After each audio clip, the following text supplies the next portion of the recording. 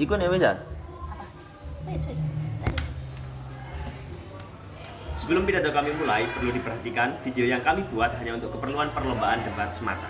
Baik perdebatan saya mulai dalam hitungan 3, 2, 1. Dewan juri yang terhormat, perkenalkan kami dari tim Ulul Albab dari UIN Malang yang terdiri dari Ahris Nyarobi sebagai pembicara 1 dan Naila Humairo sebagai pembicara 2. Kami sebagai tim pemerintah pembuka percaya bahwa MOSI, Dewan ini percaya bahwa pendidikan pesantren perlu diawasi lebih ketat untuk mencegah penyebaran ideologi menyimpang dapat dijustifikasi atau dibenarkan.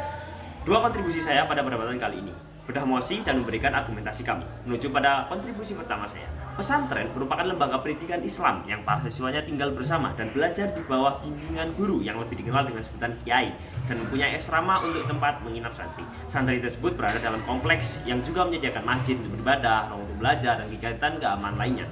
Kompleks ini biasanya dikelilingi oleh pagar atau tembok untuk dapat mengawasi keluar masuknya para santri sesuai dengan peraturan yang berlaku.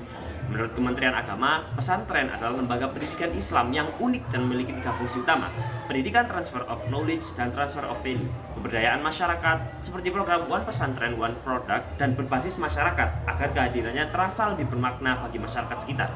Selain itu, pesantren juga memiliki peran penting dalam membentuk karakter dan moral santri serta dalam menyebarkan dakwah yang menekankan nilai-nilai toleransi, kedamaian, dan keadilan. Ideologi menyimpang, yakni segala bentuk paham atau doktrin yang bertentangan dengan prinsip Islam wasatiyah atau moderat, Pancasila, serta prinsip negara hukum demokratis seperti radikalisme, intoleransi, anti-NKRI, dan ajaran ekstrim seperti khilafaisme. Melihat kondisi ponpes di Indonesia saat ini berdasarkan data dari BNPT atau Badan Nasional Penanggulangan Terorisme, pada tahun 2021 ditemukan bahwa sejumlah lembaga pendidikan termasuk pesantren menjadi tempat tumbuhnya bibit intoleransi dan radikalisme. Bahkan Menteri Agama Yakut Khalil Qomas menegaskan bahwa pengawasan harus ditingkatkan karena ada pesantren yang mengajarkan paham anti Pancasila dan anti demokrasi menurut Kompas tahun 2020. Bisa kita juga bahwa di Jawa Timur terdapat 1.200 dari 8.000 pondok pesantren yang belum mendapatkan izin operasional oleh Kemenak. Baik, kami yakini bahwa pengawasan ketat terhadap pesantren tidak bertujuan untuk mengekang ajaran Islam, tetapi untuk melindungi umat dan generasi muda dari masuknya bibit-bibit ideologi yang merusak.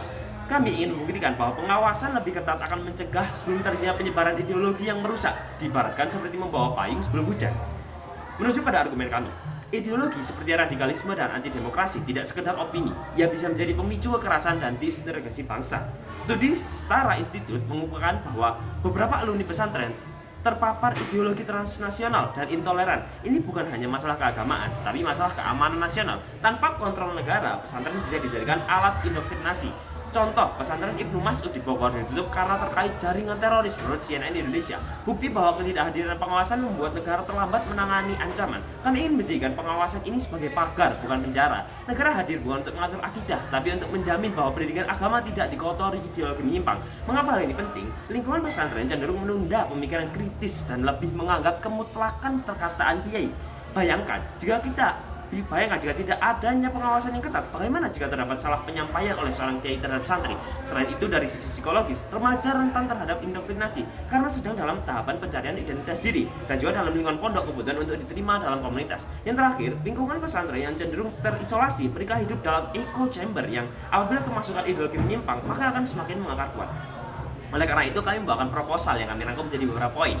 Seharusnya materi ajar secara berkala diberikan oleh Kementerian Agama bersama dengan ormas Islam moderat seperti NU dan Muhammadiyah. Yang kedua, verifikasi rekam jejak pengajar agar tidak ada ustadz yang terikat dengan jaringan ideologi melenceng. Yang ketiga, sistem pelaporan baik dari santri, wali santri maupun orang luar pesantren yang bisa melapor jika ada indikasi penyimpangan ideologi. Yang selanjutnya, pengecekan pada setiap pesantren sehingga apabila terbukti memberikan ajaran yang menyimpang bisa ditutup. Selanjutnya, pada poin tujuan, mencegah penyebaran radikalisme dan intoleransi sejak dini, melindungi reputasi pesantren yang moderat agar tidak tercemar hukum, memastikan bahwa pendidikan agama sejalan dengan prinsip Islam rahmatan lil alamin dan nilai-nilai kebangsaan. Dengan pemaparan argumen, stance, dan lain sebagainya dari saya tetap bangga berada di tim pro. Terima kasih.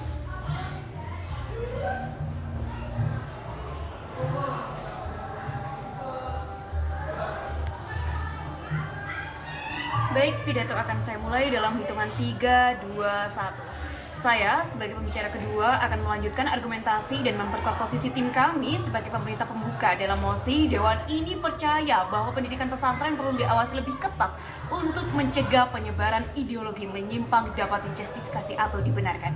Sebagaimana telah dijelaskan oleh pembicara pertama tim kami, tujuan utama kami bukan untuk membatasi pesantren, tetapi kami melindungi pesantren dari masuknya paham-paham yang menyimpang seperti radikalisme, intoleransi, dan anti-NKRI. Saya akan mengembangkan argumentasi serta menjawab pertanyaan utama dari mosi ini, yaitu apakah pengawasan ketat terhadap pesantren itu penting untuk dibenarkan? Jawaban kami adalah ya, penting dan wajib dilakukan. Indonesia dengan negara yang mayoritas umatnya adalah muslim memiliki harapan yang besar agar para pemuda muslim dapat menjadi generasi yang emas yang akan membangun bangsa ini menjadi lebih baik. Pesantren memiliki posisi yang strategis dalam membentuk cara berpikir generasi muda muslim. Namun, ketika ruang pendidikan terbuka bagi ideologi ekstrim, maka yang akan terjadi bukanlah pendidikan, melainkan penanaman doktrin. Sejarah membuktikan bahwa kiai memiliki pengaruh yang amat besar. Masyarakat menaruh kepercayaan yang besar kepada kiai karena dianggap memiliki ilmu yang lebih daripada masyarakat awam. Hal ini tidak hanya dalam ilmu agama, melainkan juga pada bidang politik, sosial, dan juga ideologi. Begitu pula dengan pesantren merupakan lembaga yang telah dipercaya masyarakat memiliki lingkungan yang baik dan mampu mencetak generasi-generasi muslim pejuang yang diharapkan mampu melanjutkan estafet pembangunan negara kita. Harapan yang besar ini kadang-kala membuat segelintir oknum memaknai hal ini sebagai peluang untuk mengambil keuntungan pribadi. Telah terbukti banyak sekali generasi muda yang memiliki paham radikal dalam beragama. Hal ini dikuatkan dengan BNPT pada tahun 2022 mencatat bahwa ada 12 pesantren yang terafiliasi langsung maupun tidak langsung dalam jaringan teroris. Berbagai macam doktrin pesantren mengajarkan narasi seperti demokrasi adalah sistem kafir, NKRI Togut, dan juga Pancasila tidak sesuai dengan Islam. Narasi semacam ini membentuk kebencian terhadap negara, aparat, dan yang lebih mengkhawatirkan lagi ada pula seruan atas nama jihad agama untuk mengkafirkan sesama. Bahkan parahnya, sampai-sampai ada yang menghunus pedang dan menghalalkan darah sesama muslim yang berbeda pandangan. Lebih daripada itu, laporan Alfara Research pada tahun 2019 menyebutkan bahwa 23% generasi muda muslim setuju bahwa negara harus berbasis agama, bahkan dengan cara kekerasan jika perlu. Hal ini tidak bisa lepas dari lingkungan pendidikan mereka. Tanpa pengawasan, pesantren bisa menjadi ladang subur radikalisme. Jika kita terlambat menyadari, maka kita akan menyadari ketika aksi teror sudah terjadi. Kami ingin menekankan bahwa pengawasan bukan untuk ketidakpercayaan terhadap pesantren, tetapi justru ini bentuk tanggung jawab negara terhadap pendidikan warganya. Bayangkan, jika kita membiarkan semua pesantren jalan tanpa standar, ini seperti membiarkan rumah sakit beroperasi tanpa pengawasan dinas kesehatan. Apakah kita siap jika rumah sakit itu memberi obat atau malah menyebarkan penyakit? Begitu pula dengan pesantren. Tanpa pengawasan, bisa saja ada pengajar yang menyelundupkan ideologi ekstrim karena tidak ada proses verifikasi latar belakangnya. Padahal yang mereka didik adalah anak-anak usia remaja yang sangat mudah dibentuk cara berpikirnya.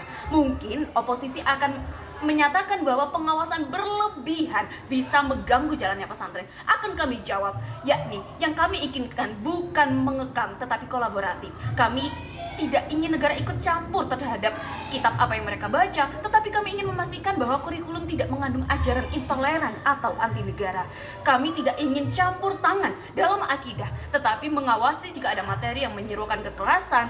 Jadi tetap saja mereka boleh mengajarkan apa yang menjadi visi misi mereka, namun dengan dua pilihan. Negara membuatkan kurikulum dengan cara menampung semua usulan dari pesantren, atau mereka mengajarkan apa yang ingin mereka ajarkan tetapi melalui proses verifikasi terlebih dahulu melalui pemerintah. Contohnya, Majelis Ulama Indonesia dan Nahdlatul Ulama sudah lama bekerja sama dengan pemerintah dalam membangun program deradikalisasi pesantren tanpa merasa bahwa itu adalah sebuah pengekangan. Justru pesantren yang bersih akan diuntungkan dengan adanya pengawasan, karena mereka tidak perlu lagi dibayang-bayangi dengan stigma negatif akibat ulah segelintir pesantren menyimpang. Jika pengawasan tidak dilakukan, dampaknya akan sangat luas, seperti reproduksi ideologi kebencian akan berlangsung secara sistematik, alumni pesantren akan menyebarkan paham terhadap masyarakat yang luas, dan lain sebagainya. Maka kami tegaskan kembali bahwa negara wajib hadir untuk menjaga kemurnian pendidikan Islam dari paham yang menyimpang. Pengawasan bukan musuh pesantren, melainkan teman yang membantu pesantren tetap bersih, sehat, dan dipercaya. Mosi ini bukan anti-Islam, justru pro-Islam, rahmatan lil alamin. Kami ingin mencetak santri yang cinta damai, toleran, dan mencintai negaranya. Maka kami harus memastikan bahwa pesantren yang membentuk mereka adalah tempat yang aman dari virus ideologi yang menyimpang. Dari semua penjelasan yang telah kami sampaikan, kami sangat bangga menjadi tim pro. Terima kasih.